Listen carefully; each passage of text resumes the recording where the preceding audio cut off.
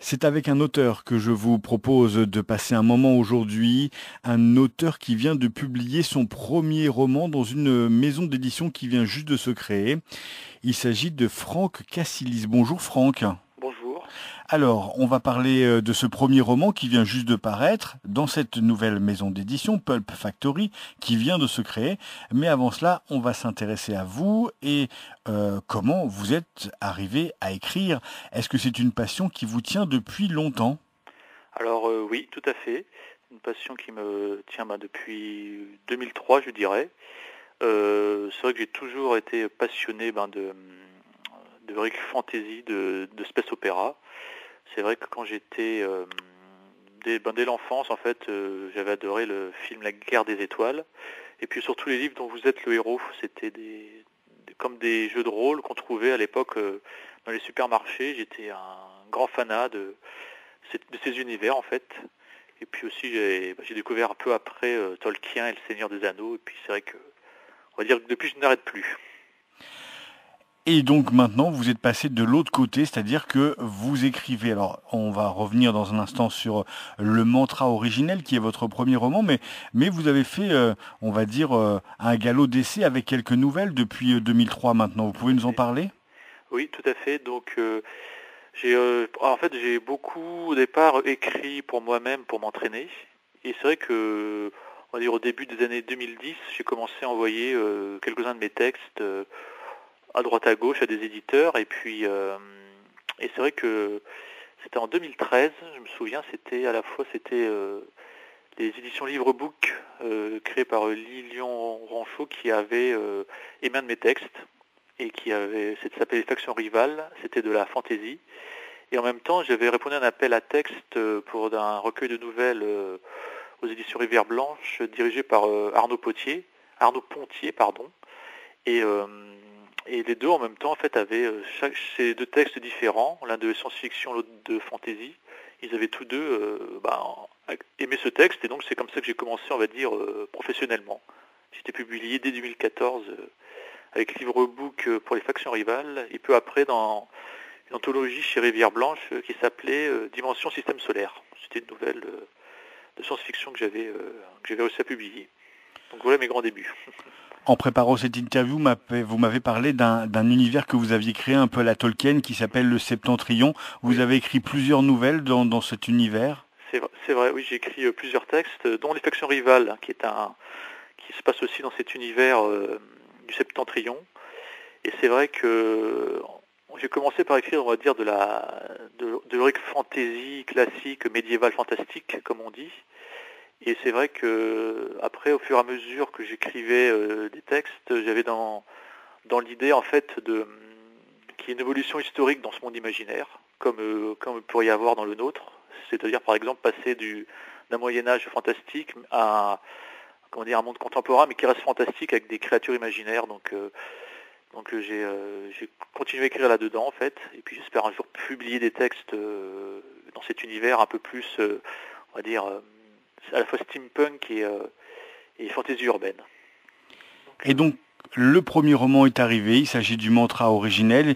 Il est paru là, il y a à peine un mois maintenant, dans une toute nouvelle maison d'édition, Pulp Factory, qui est tenue par Fabien Liraud.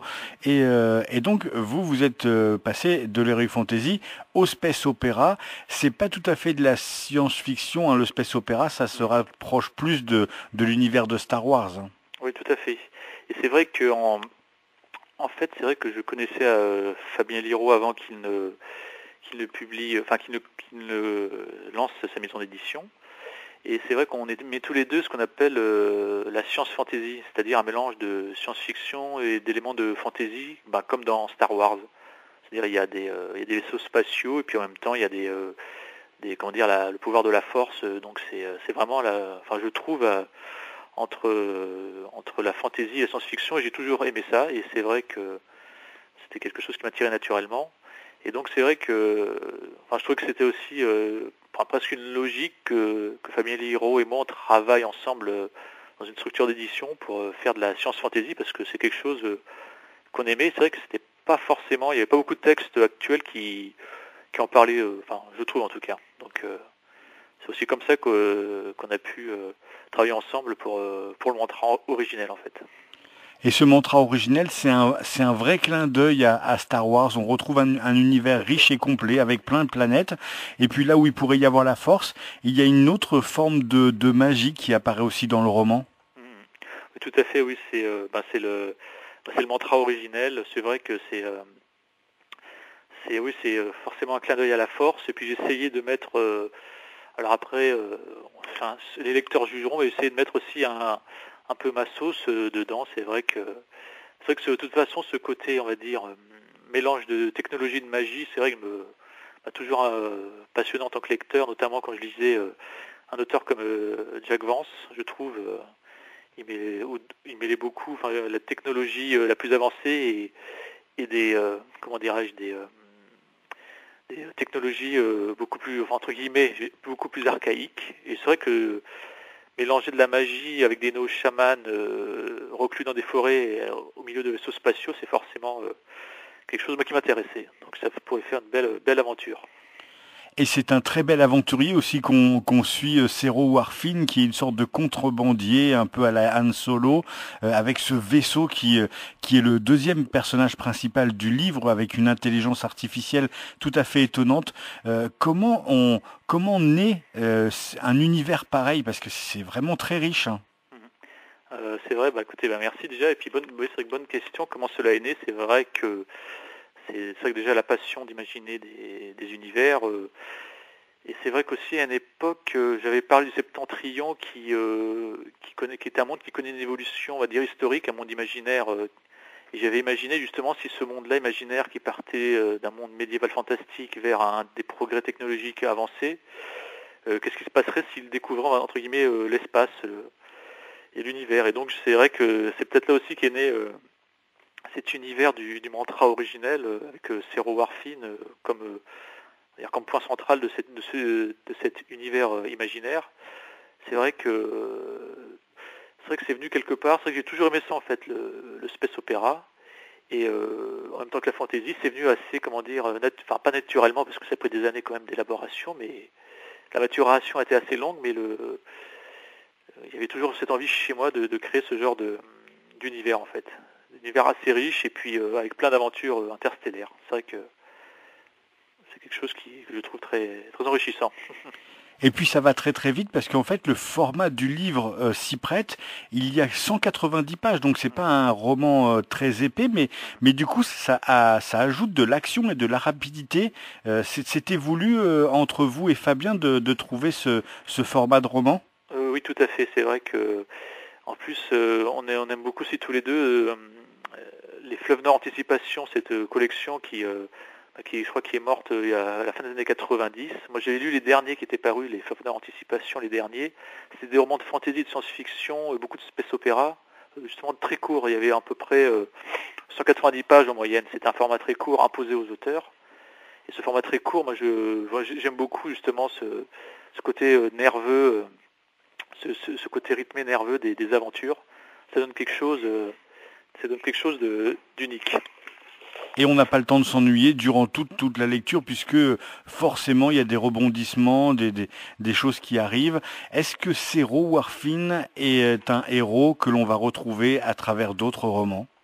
Alors l'idéal ce serait que oui en fait. J'aimerais, si c'est possible avec Fabien Liraud notamment, c'est ce que publier régulièrement des aventures de Zero Warfin justement. C'est vrai que déjà j'ai en tête une seconde histoire et donc si ça pouvait être publié, je sais pas quand parce que là c'est vrai que le monde de l'édition est comment dire incertain, mais j'aimerais en tout cas. C'est un de mes buts actuellement, un de mes projets que ce soit un héros récurrent en fait.